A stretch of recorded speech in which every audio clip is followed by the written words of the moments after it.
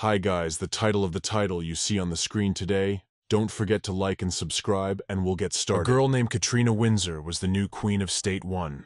And it could also be said that she was the beautiful yet deadly flower of Zeus's land. Because of her brutal politics and skillful ability to control men, the whole world knew who Katrina was. Whether it was a prince, or the most common knight, or the king of another state himself, all fell at her feet, and no one escaped such a fate. She conquered one by one for power, wealth, and even authority in various ways, with great pleasure. However, except that the queen, who did not know what defeat was, made one irreparable mistake that greatly influenced further events. Specifically, she got involved with a man. His name was Eris, and he was a demon who had come to the mortal world to have fun. However, his incredibly beautiful appearance concealed an extremely treacherous heart. He was only interested in destroying the beautiful and watching people lose their very last hope. And he was also very fond of collecting dangerous colors like the main character Katrina. Using girls like that was his lifelong hobby. And the queen was well aware of all this. But she didn't care about it at all. She still wanted to be there for him. Subjects warned the queen that he brought only misfortune. But to Catherine, the flavor of lies and intrigue was as beautiful as death. And on the day of the ceremony, the states and its queen eventually fell. The girl who played this game with a similar story was disappointed again, because the boss stabbed the main character again. Then suddenly she whimpered outside and noticed that she had fallen asleep in the bathroom again, not realizing how she could even be in there. At that moment, the girl looked back and suddenly saw that she was not alone in the bathroom. And when a man loomed in front of her, she screamed loudly, covering her naked body and asking who he even was. He in turn moved closer to her and inquired what His Highness wanted to play this time. The girl, for her part, only continued to scream, asking who he was and why he was sitting in the bathroom with her. But when she looked more closely at the man, she noticed golden black horns, golden eyes, and strange black ornaments on his arms. That's when she remembered it was the villain from the game. His name is Eris. She immediately suspected something wrong, so she began to examine her body as well. The girl realized that she could barely cover herself with one hand. This was strange for her. When she looked into the reflection of the water, she saw that it was not her appearance at all. She became very embarrassed and mentally turned to her dear mommy and thought about how their pure and innocent daughter had ended up being a very lecherous queen in the game. Soon after, Katrina climbed out of the bathroom. The man climbed out after her and wondered if he had worn her out so much. She was by then dressed in a rather sheer garment that only covered a few places. Eris, for his part, walked over to Catherine and said that Her Majesty was tense. Then he picked her up in his arms and said that in that case, they would move on to the next stage. He began to take her somewhere, and the girl, after trying to resist for a while, soon realized it was useless. She immediately wondered what a real queen would do in such a case, for she must not stand out much. Soon they came to the bedroom, and he, laying her on the bed, was expecting something. Catherine realized that she had to play with him somehow, but she could only lie there like a log. The girl assumed that at this rate she would simply be killed. But then she decided to try and told him to kneel down. Seeing his surprised face, she explained that she wanted him on his knees before they did it. He did so, then threw her legs over his shoulders and wondered if Her Majesty didn't like that sort of thing. It made her feel even more uncomfortable. He, in turn, ran his hand down her leg and wondered if it wasn't her most sensitive spot. Catherine, for her part, blushed. She asked him to stop talking, but she realized that if she continued to lie there without expressing herself, she would be suspected. She looked at him and realized he was incredibly handsome, but she still didn't know what she should even do. Then the girl decided to take the initiative. She put her foot on his shoulder and, moving closer, said that she wanted them to stop talking like this. Even though she looked pretty confident, she was actually incredibly anxious. Even though the girl had read about it before in novels, she had never encountered such a thing in her life, so she didn't know what to do at all. At this point, she began to touch her hand to a rather sensitive spot and thought about the fact that even though she had read visual novels for adults, still, she had never experienced anything like this before. Eris, for his part, looked at her in surprise and wondered why she had suddenly stopped. Had she grown disgusted with him? Catherine, without taking her eyes off him, replied that she was not at all. He wanted to kiss her on the lips, telling her to please him, When the girl heard this, she was very surprised and realized that her guesses about this man were really true after all. She tried to stop, and as she pulled her hands away from his body, she realized that she was somehow time traveling, and on top of that, she was just facing a crazy pervert who would kill her with his own hands. Catherine tried to stop herself, urging herself that she shouldn't give in to his pretty face. The girl knew that the previous owner of the body couldn't outplay him, and a coward like her wouldn't be able to handle a man like that at all. So she had to find a way to stay away from him. The girl moved away from him to the other side of the bed and said that she was tired, so she wanted him to leave. Eris, in turn, moved closer to her, put his arm around her waist and said he didn't want to do that. He explained that Her Highness had already told him not to leave at once, and putting his arm around her, he said that it was surely a hint that Her Highness wanted to play the unattractive girl. He began to lick her hand at that moment. The girl looked at him in surprise, not understanding why he was doing this, because it was quite disgusting in her opinion. Then she brushed him aside, telling him that his attempts at seduction were a bit outdated, and she herself mentally asked for someone to help her because she couldn't resist anymore. However, at that moment, their tenderness was suddenly interrupted by a bolt of lightning that appeared right in the room. The girl looked to the side in surprise and heard someone say that the Thunder God's furious power had manifested and destroyed everything. However, after these words, nothing happened. Then a little boy appeared and said that he would kill Katrina and would not give her the yoke. Eris at this point grabbed the girl by the waist and lifted her up, asking the boy how dare he lash out and declare such a thing to Her Highness. But the boy, for his part, did not understand why he did not suddenly hit it with his lightning. And it was really so, for only the bed had caught fire, and it was safe and sound. Catherine was still sitting in the man's arms, and kept yelling for him to be contentedly careful and just not drop her in any way. The boy, in turn, began screaming, addressing Katrina, and said that she was an incredibly lustful and cruel woman, and therefore she must repay all her deeds. He started pointing lightning bolts at her again, saying that if she hadn't taken him by force, there was no way Yoik would be her obedient lover. The girl, in turn, was very surprised. She couldn't believe that her heroine was plotting such intrigues and deserved to die for it. Then she wondered what would happen if she died in this world. Would she be able to return to her home world, or would she just die? But no matter what, Catherine realized that she had to stay close to Eris, because he was not only strong, but he could even fly, so he would be able to protect her. Eris, for his part, began to activate his abilities, and said that he had spotted her first and she was his prey. As soon as the girl saw his beautiful expression, she immediately remembered why she had started playing this novel.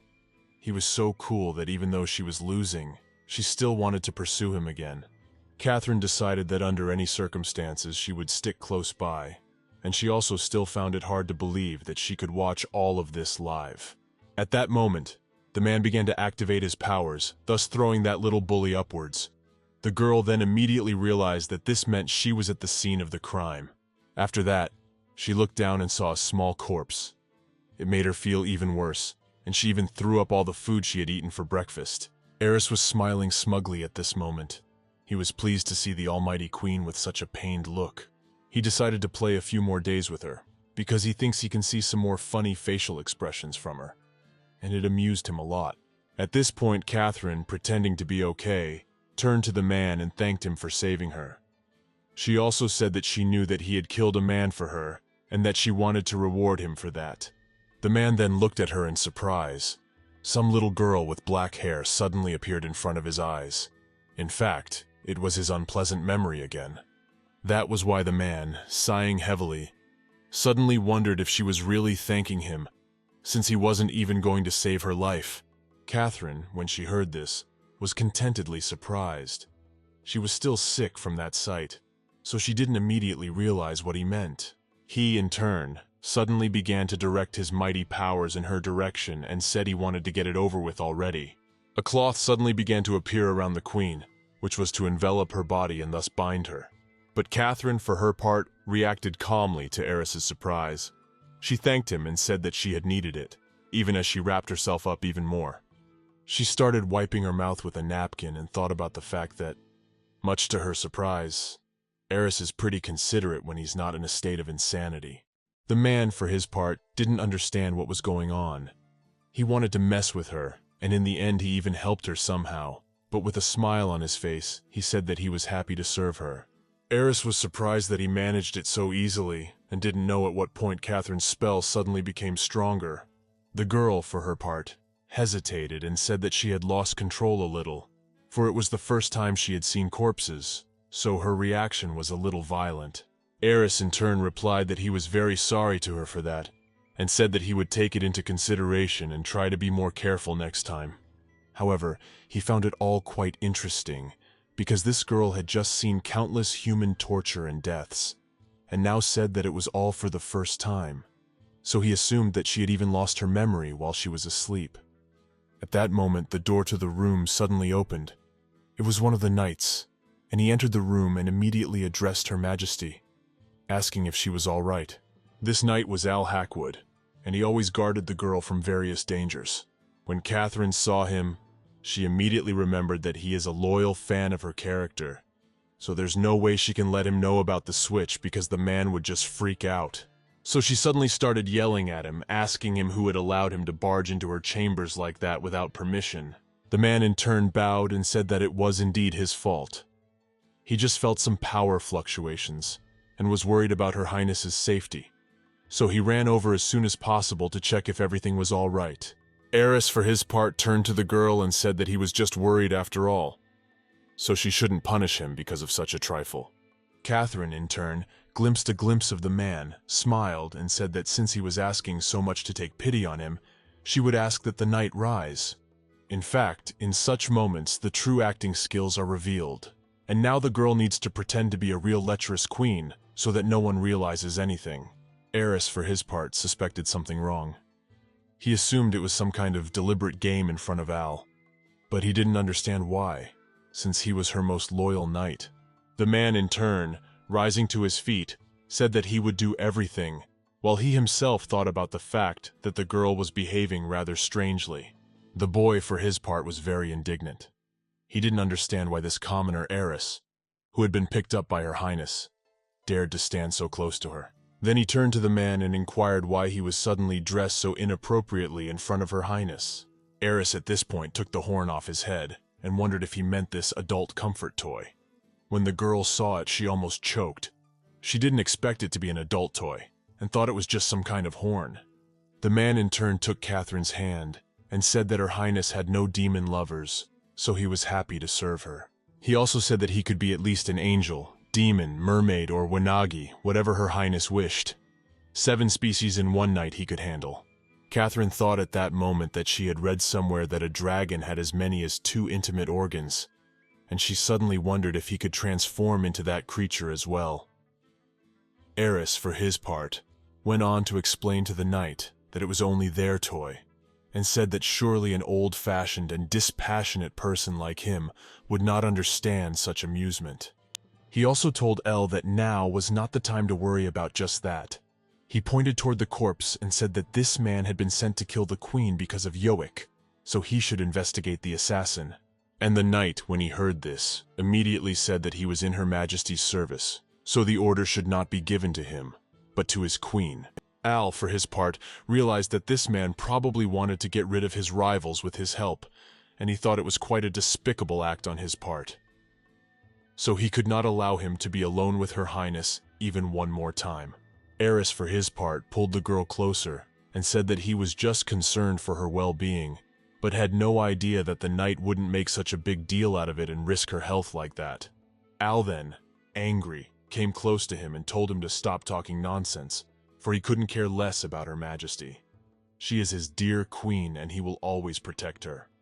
The girl had continued to just remain silent the entire time, not understanding what was even going on, and assumed that this was the same legendary bloody battle for the girl. As the situation began to escalate, she realized it wasn't the right time to just stand there and flap her eyes. If this was Eris's provocation, she was guaranteed another dead body, and she didn't want it. So she stood between the 2 lads and, spreading her hands apart, told them both to be quiet, and wondered what all this useless scandal was all about. She turned to the knight and asked him to take the body and see if Joic was involved. Al said he would do it without any hesitation, and himself at this moment was incredibly angry that the girl still trusted this commoner, who was incredibly suspicious all the time.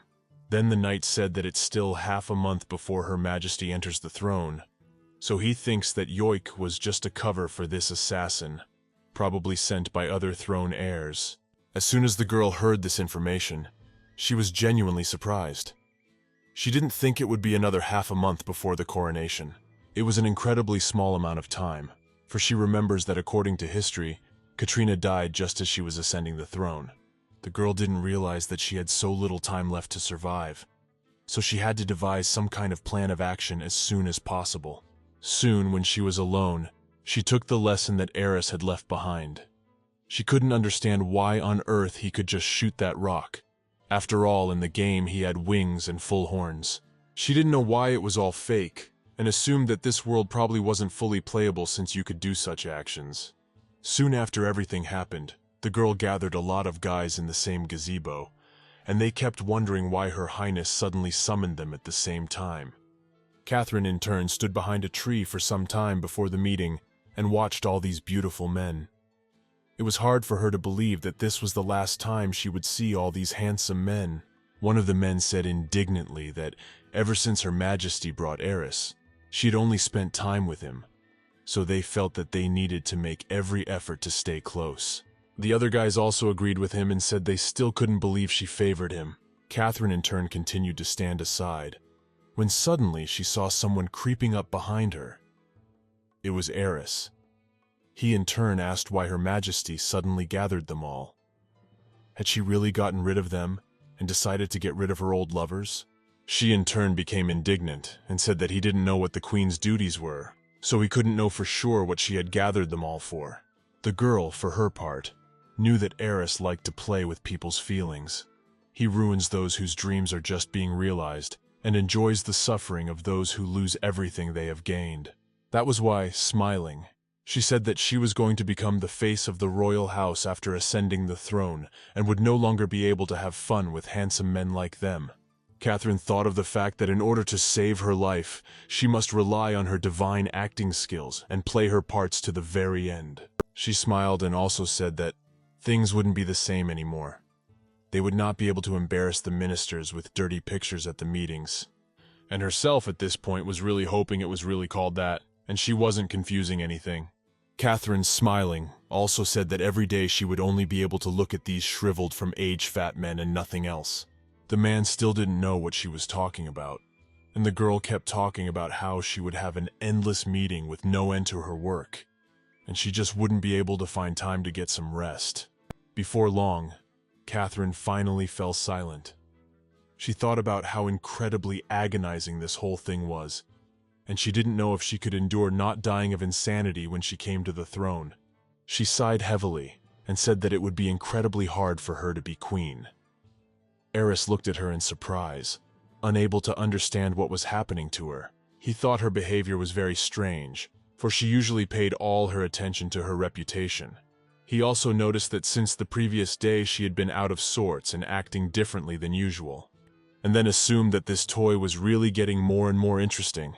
So he decided for himself that he could play with it a little longer for his own personal entertainment. So Eris snapped his fingers while smiling, and rose petals suddenly started falling from the sky, telling her not to be so sad. The girl, when she saw all this, was very surprised. She had never seen such a large number of flowers, and the man in turn, stepping closer to her, wondered why it was so hard for her to make a choice. After all, once she ascends to the throne, she will be queen alone, and she just needs to follow her heart. Eris also said that people who dared to criticize Her Highness's choice would simply be executed. At that moment, he gave her a whole bunch of flowers as a gift. Catherine in turn was very surprised that indeed magic could be used. She also suggested that if they used it during intimacy, they could create even more different interesting positions. At that moment, roses started falling everywhere, and the men who had gathered to meet Her Highness were very surprised. They couldn't understand who had done this in the first place. But when they looked around, they saw Eris standing right next to the queen. One of the boys said he was smart enough to intercept her beforehand. They were also surprised that Her Highness didn't mind such love games after all. She had hated them before, and wanted to do everything quickly and on the spot. Then the other boys immediately ran up to Katrina. She in turn quickly stopped them, because they were ready to jump on her. As soon as they stopped near her, the girl said that she had called them to inform them that she would soon ascend the throne and perform the duties of queen and maintain the reputation of the country. And that was why she would later make sure that they all left her palace. The girl herself thought at that moment that she had managed to do two things at once. Catherine was able to both show her suffering in front of Eris and get rid of all those lovers of the past mistress. The men, on the other hand, when they heard this information, were very surprised and even upset. Eris, who was standing behind, suddenly asked Her Highness in surprise, was she really going to send him away? But the girl smiled and looked at him and said that he could take it easy, because these people were no match for him, so she definitely couldn't chase him away. She thought to herself that if she sent him away right now, she could hardly live to see the coronation. They'd just come and kill her. So embarrassed, she giggled and said that after all, he was the best at meeting her needs. The boys then, flanking her, said they could even change into women's clothes and be her personal maid, serving her every day. They only wanted her not to kick them out. Then Catherine, unable to stand it, asked them to shut up already. She started to leave, saying that she had already made up her mind, so they didn't have to offer her any options, but just pack up and leave. She realized that in order to prevent Eris and this crowd of lovers or the ministers from exposing her, she needed to improve her knowledge of this world as soon as possible so that she wouldn't give herself away. Soon Catherine arrived at the royal reading room of Glynn, which closed early enough. However, the girl stayed there late. The girl read there that the royal lineage was the progenitor of magic, and that human magic was created from information from a shard of royal magic lost among humans. However, the human body is quite fragile and it can't withstand a large amount of magical power, so people need magical items that can channel magic. Catherine learned that magical elements are quite numerous, and they are determined by the proximity of the human soul to that very element. As the girl studied all this information, she decided that this kind of knowledge was much harder than even math. Suddenly, she heard someone come in and angrily asked who was there. Before she knew it, the men she'd kicked out were running toward her. One of them said that they had been very worried about her during the day, so they decided to follow up. With a smile on his face, he added that she must have had very different plans for them. The girl looked at them in surprise and didn't understand what they were talking about or what was going on, and most importantly, why they were following her and came in strange outfits. At this time, Eris, who was flying nearby, suddenly saw that there was a light on in the room. Then he met on the way those men whom she had driven away, and enchanting them with his magic, told them to go to Her Majesty in the library, where she needed their help. The men, without asking a single question, immediately headed that way. And for Eris, they wondered if her charm would remain as unleashed when she met her out-of-control lovers. Many say that charm is magic, created 200 years ago by an ugly woman to win the love of her lover. At first she received only reciprocal feelings, but then she wanted wealth and power, and human desires became limitless. She wanted it all at once. Desire ate away at her soul. Greed began to brew within her, and eventually several kingdoms on the continent unleashed a decade-long war. It was only with the death of this woman that the war could finally end. In her last breath, she said that only a pure soul can awaken sincerity in others and gain the powerful force of love. She also claimed that an unclean soul would simply wallow in sins and not be able to live normally. Eris, walking up to the library, thought about the fact that purity was much easier to tarnish than anything else. That was why charms were listed as forbidden magic. He never expected that one day he would meet someone with this kind of ability. He had arranged a chance meeting with this girl on purpose. Eris wondered if a girl like this could surprise him like a toy. That was why he had decided to do something like this. Katrina's cunning knew no bounds with this ability. She was in the shadows, but she nevertheless subjugated the state. However, since last night, the man had noticed that this girl was no longer in control of her power. She began to act as if it was the first time she had ever seen magic in her life. She was like a white rabbit who accidentally fell into a den of wolves and just doesn't know how to act now. When Eris got to the room where the girl was sitting, he opened the door ajar and heard all these men talking about how they were incredibly in love with her and just couldn't live without her. He smiled, most satisfied, and thus decided to see if she was a fake or still the same. The man assumed that this woman had realized that he was not affected by her power, and so had deliberately decided to play out such a performance, testing him. But at that moment, he suddenly, through a crack, noticed something strange. So immediately opening the door, he was very much surprised. And all because these men stood next to shelves of books and didn't understand why they had to study at all. They kept going through books looking for the right information for the girl. Even in spite of their strange outfits, they continued to study various information. And Catherine, for her part, finished studying another book and closed it, not understanding why the queen had to perform so many things in the first place. Eris then stepped in closer and inquired what they were even doing. The girl with the black eyes replied that, of course, she was learning to be queen, for it was not long before she would be assuming the throne, and she had many duties to fulfill. He came closer, and taking one of the books, said that she was trying very hard, so she should go to bed early, because otherwise she would just damage her health.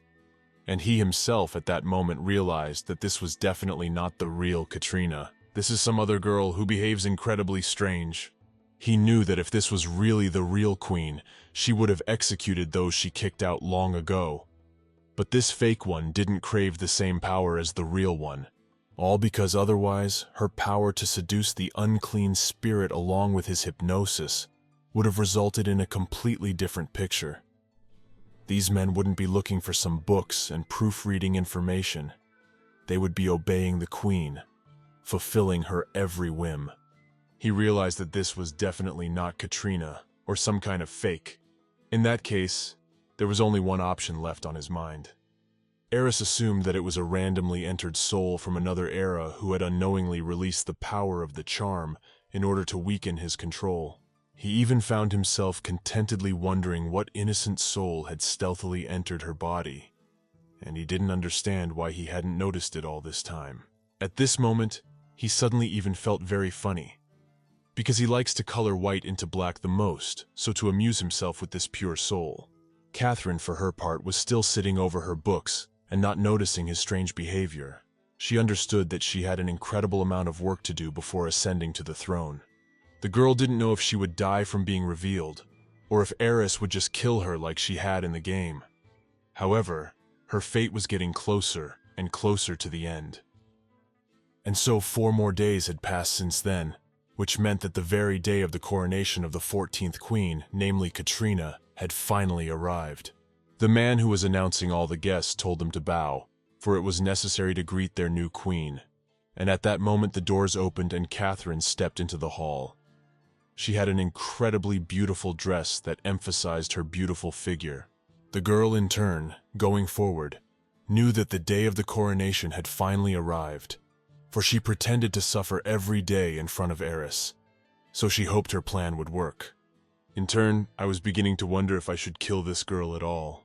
He decided not to do it on this day, for he would have liked to raise and take the girl to be a ruthless tyrant, for that was his favorite thing in the world. Soon the girl passed and took her throne. The guests around did not understand why Her Highness was silent, and could not believe that she did not like this ceremony. They even thought she was angry, and really hoped she wouldn't start killing anyone for it. There was complete silence all around, and everyone was uncomfortable about it, so each guest hoped that at least someone would break the awful silence. They did not know if the queen was going to say any words, and if not, they thought they should leave. Catherine sat on her throne wondering if someone would save her, or if she would continue to disgrace herself. But at that moment, the Minister of Finance suddenly stepped forward. His name was Louis Glynn, and he said that he had prepared a gift in honor of the Queen's accession to the throne. He bowed, and also said that he really hoped she would appreciate it. The girl immediately came to life, and was very happy that at last there was a savior to break this awkward situation. So with a smile, she said she'd like to take a look at it all together, and a host of other financiers went on the wagon to see what Louis had in store. The man said it was the Colosseum, which was built a year ago in honor of the Queen's accession to the throne. There is quite a lot of entertainment in it. He also said that there was a special shooting range in front, and he had specially selected the inferior species for the Queen to shoot.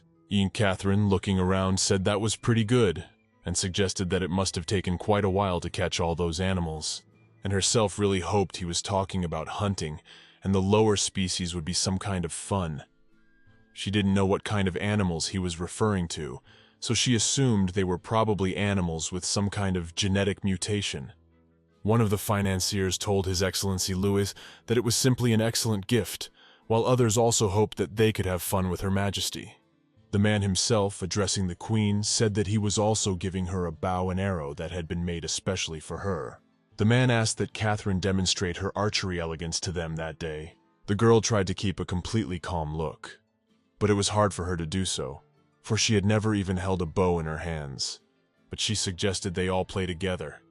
After all, whoever kills takes the spoils for food. When Eris heard this, he was immediately interested in such a proposal. He wondered how she was going to get away with it. Luis, when he heard such a suggestion, was very indignant and did not understand what the purpose of taking prey for food was. The other guests were also outraged. They didn't understand how such a thing could be suggested, for the lower species of animals were disgusting. People didn't know that the Queen would have such strange preferences, but Eris, for his part, immediately applauded and said that Her Majesty's suggestion was quite good. He himself realized that the girl didn't even know what inferior species were, which was why he was suggesting such things. Catherine looked at him in surprise and didn't understand why he had that look in the first place. He looked at her as if she were an idiot, like all the other guests. She even assumed she had said the wrong thing, but Luis in turn waved his hand, saying that they had stopped by. And at that moment, some people in special handcuffs began to walk in. All of them looked quite unusual, but at the same time unique. The man explained that they were inferior species and would be Her Highness's prey. When Catherine saw all these people, she was very surprised.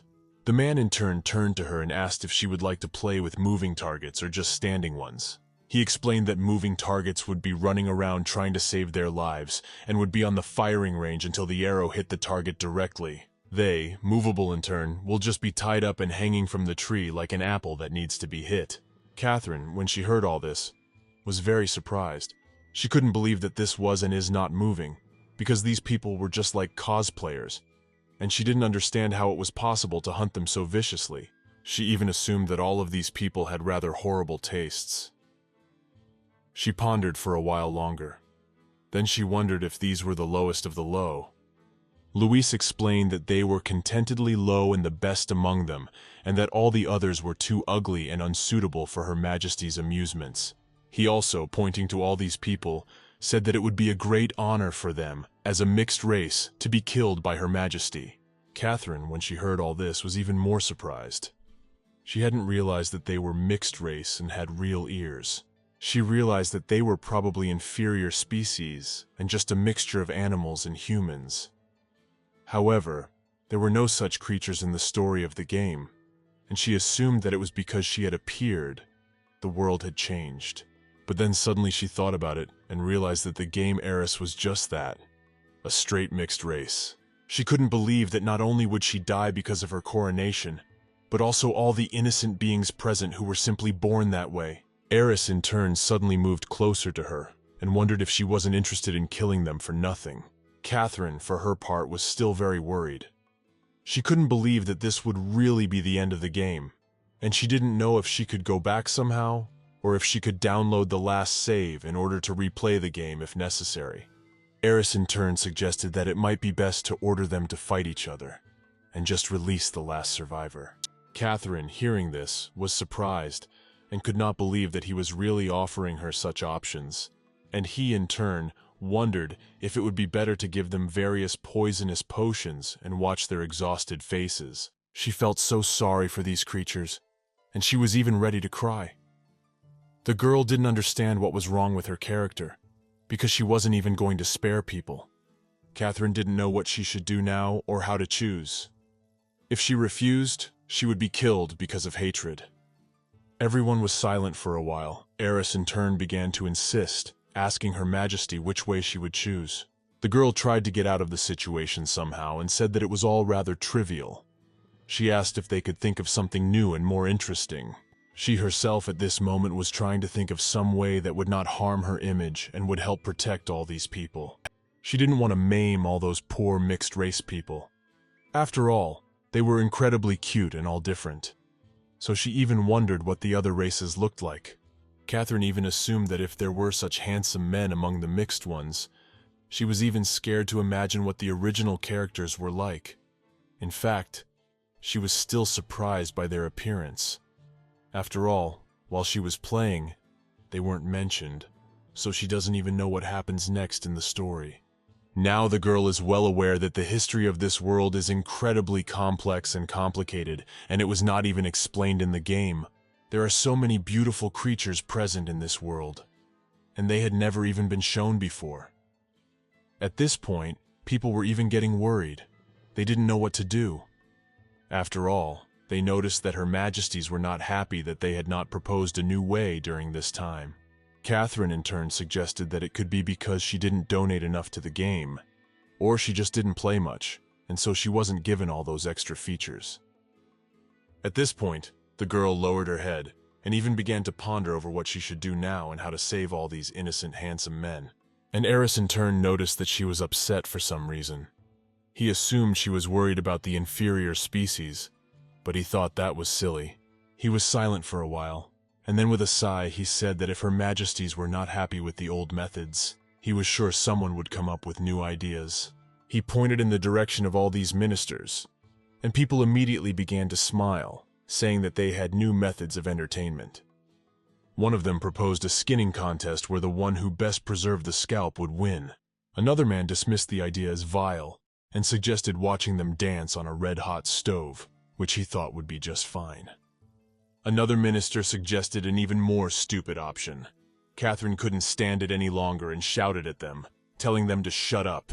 The girl walked forward and added that they were all just brainless, and their heads were a mess. She said they would do as she said, since they couldn't think of anything good on their own. The men suddenly hugged each other and started crying, asking if she would accidentally make them cook these people. They liked beautiful people, of course, but not to this extent. However, Catherine explained that she wanted these people to be intermediaries between the kingdom and other races, as well as making a profit. She said that they could become important figures in the community. When Luis and his partners heard this, they were all very surprised because they had never heard of such a thing before. Eris, also indignant, told Her Majesty that the inferior species were filthy idiots, and trading with them was only one respect, so no state would even want to look at them. The girl at this point looked at him and realized that he was really some kind of idiot. If he was calling himself names, he was a mixed race himself. Then Luis spoke up, saying that inferior species are the worst of all, so her suggestion just goes against all the rules. Besides, there are few ties between the races, so there was no need for all this, but Catherine, indignant, said that it was precisely because there were few ties that trade with them should be developed. She went ahead and also added that if they were the first to establish trade relations between the races, it would bring them a huge income, as being mixed race was a big key to their success. So she turned to the ministers, telling them to take them away and give them a good training in everything they needed. One of the mixed race members thought to himself that this woman was definitely part of the conspiracy. The ministers, however, began to interject, saying that she had banished her favorites a few days ago, which meant that she had wanted to replace them with new ones from the beginning. They didn't understand how on earth she could choose them. After all, these particularly inferior species looked rather weak, and they didn't know how long they could withstand Her Majesty's games. One of the girls even said that she would like to try it too, when Her Majesty had played around. If they stayed alive, it would probably be quite interesting. But at that moment, one of the men who had begun to break his handcuffs told the girl that he was just going to kill her. He was incredibly angry with her. Katrina, for her part, just stood there and watched the man approach, but the knight managed to react in time and blocked the beast's path. Then the half-beast replied that Her Majesty the Queen was quite brave, and she didn't even twitch when he started running. The man calmed down a bit and just stood there peacefully. Catherine, for her part, those smug smiles, said it was all because she had absolute confidence in her knight. Eris, for his part, stood behind her and immediately noticed her whole body trembling with fear. He realized that she was incredibly frightened, but she tried not to show it. At that moment, raised his weapon up, and said that he was addressing the great god of flame and calling upon him to appear and become his sword and sizzle anyone who stood in his way. The man himself realized that he could not fail Her Majesty's trust in any way, so he had to protect her. At that moment, fire began to pour out of the sword, and he waved it from side to side, making a lot of smoke. Then the half-beast turned to the Knight of Queen Odin and said that it was rather mediocre of him. Then he simply walked past him, saying that no one could keep up with him. At that moment, the man was already behind the girl. But he didn't have time to do anything, because Eris grabbed her by the waist and lifted her up, stopping that man by grabbing her by the throat. He looked perfectly calm and peaceful. Then he turned to Her Majesty, saying that he wouldn't let anyone hurt her. Therefore, she shouldn't be worried. His reaction is much better than Al's.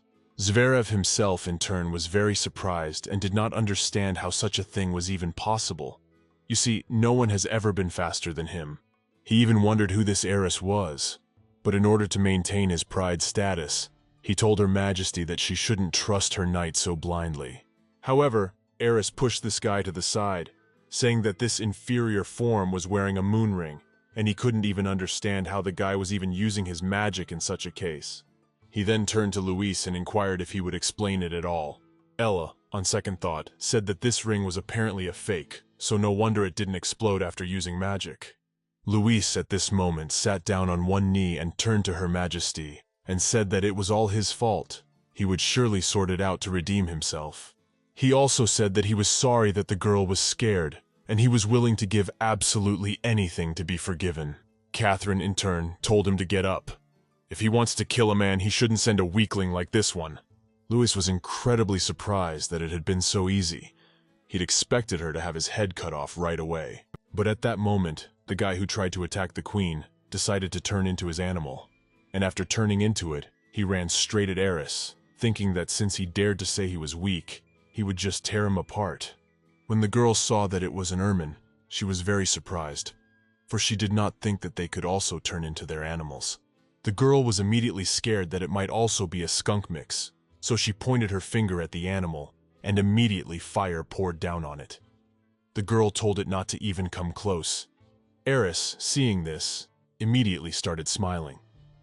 He thought about how she was much stronger than the original character, and Luis, who continued to sit on the ground, was in turn very surprised, for he had not thought that the queen could use magic without even using any spells in doing so. And Catherine herself was quite surprised that she could now conjure, and with magic she was able to put this animal in a special ball so that it would no longer dare to attack. It kept trying to get out by breaking the balloon, but it was useless. It even started threatening the queen, telling her to kill it if she could. However, the girl only took him to her with one hand and said, laughing, that he was in her hands now, so surely she couldn't do anything else. In fact, as expected from a girl, you only have to rely on yourself. So she decided that she would study more about magic later, since she was able to use it like that. At this point, she tossed that ball up, and the poor animal started spinning there from side to side. He even got a little motion sickness. But when it landed again, Catherine took it in her hand. She said it was talking too much, so she would give it to the crowd right away, and she was pretty sure they would enjoy playing with it. The animal began to resent her and said she was incredibly mean. The girl, in turn, kept tossing it up. Luis, for his part, got to his feet and began to congratulate the girl, saying that her powers had increased a lot, since she didn't even have to cast a spell out loud. But the girl said it was an inferior species after all, so it wasn't surprising. But then suddenly, she thought about the fact that she had to cast spells to activate her abilities. She was getting tired of having too many different rules in this world. Then Ella intervened in the conversation and said that it wasn't Shivit who had made multiple attempts on her life, and he was a threat. Therefore, something should be done about it immediately.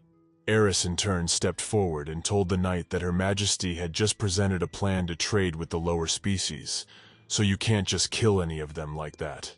But Elle didn't agree with him and said it was necessary to kill one to scare the others. Then he asked, "Does he not care about Her Majesty's safety?" Eris, smiling, said that of course he was concerned for Catherine's safety.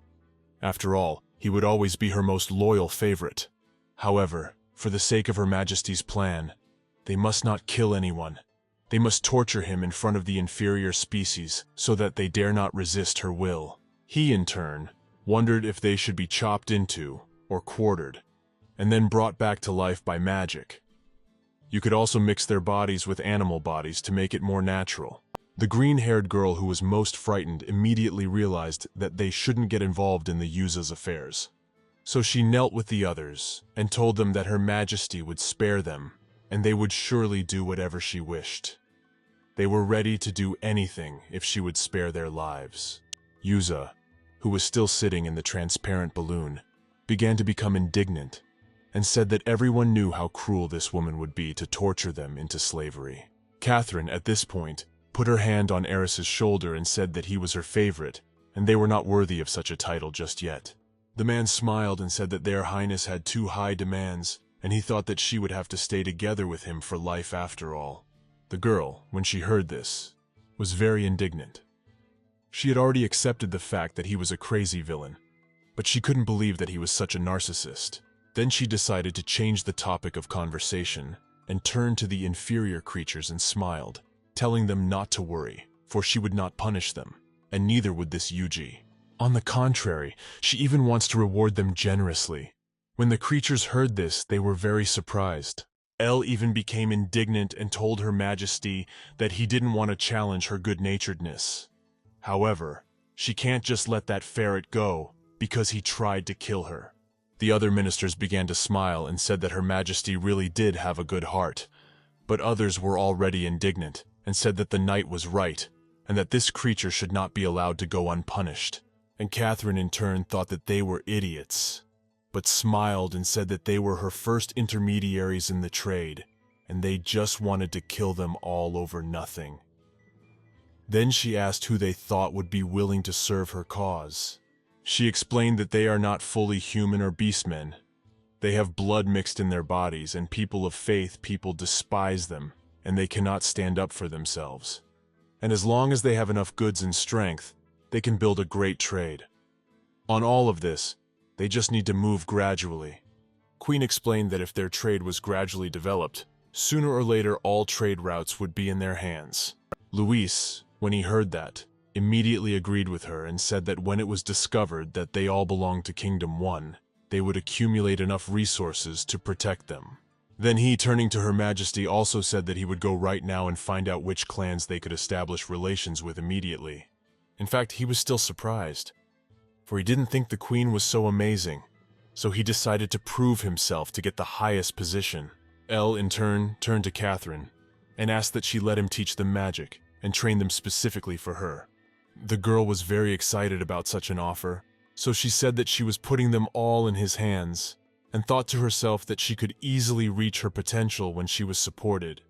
After that, she turned to Yugi and said that he had to get out now too. She activated her powers, and the ball split into small pieces. She realized that she had miscalculated her powers a bit. However, at the same moment, a guy came out of the balloon. He was completely naked because of his transformation.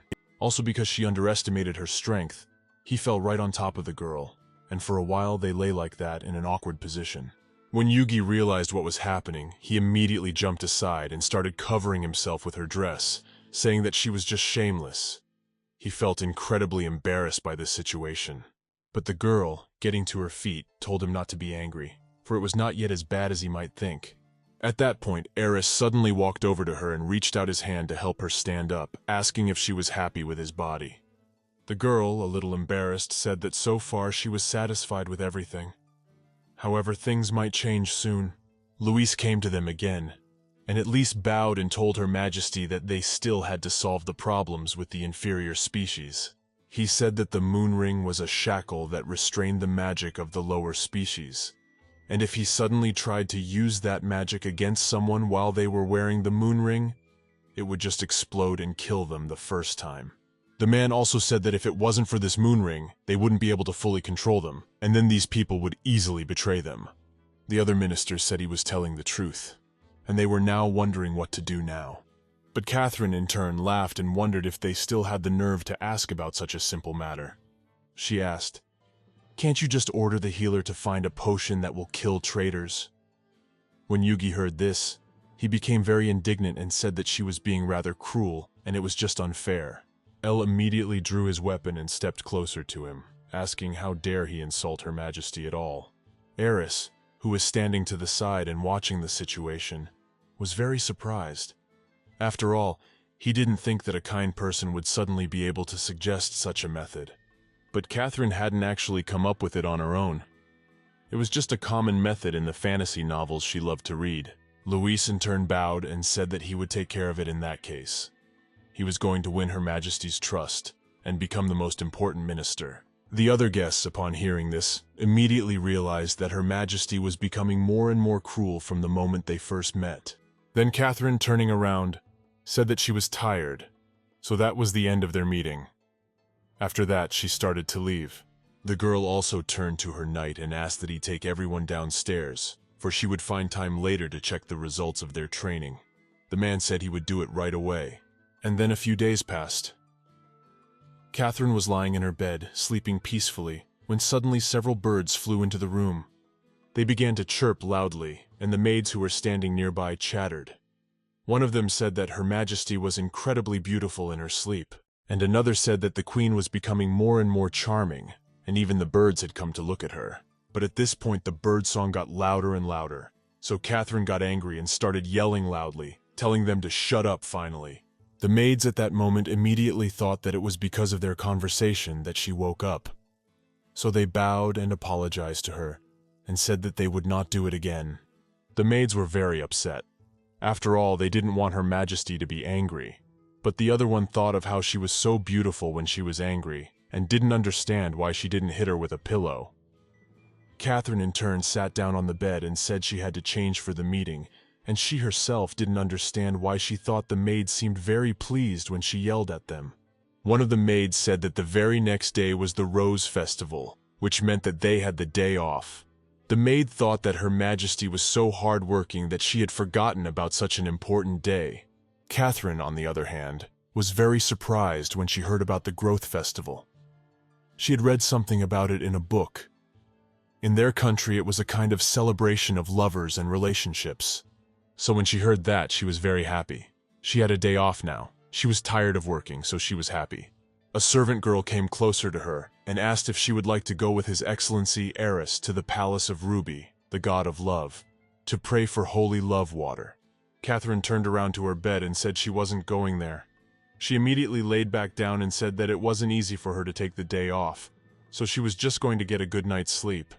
But at that moment, Eris suddenly appeared in the doorway with a huge bouquet of flowers and wondered if she didn't want to go, and he was looking forward to it. The girl froze and only glared angrily at him, not understanding how he even dared to interfere with her only day off. Catherine waved his flowers away and said it was some sort of noisy celebration, so she didn't think it was appropriate to go there at all.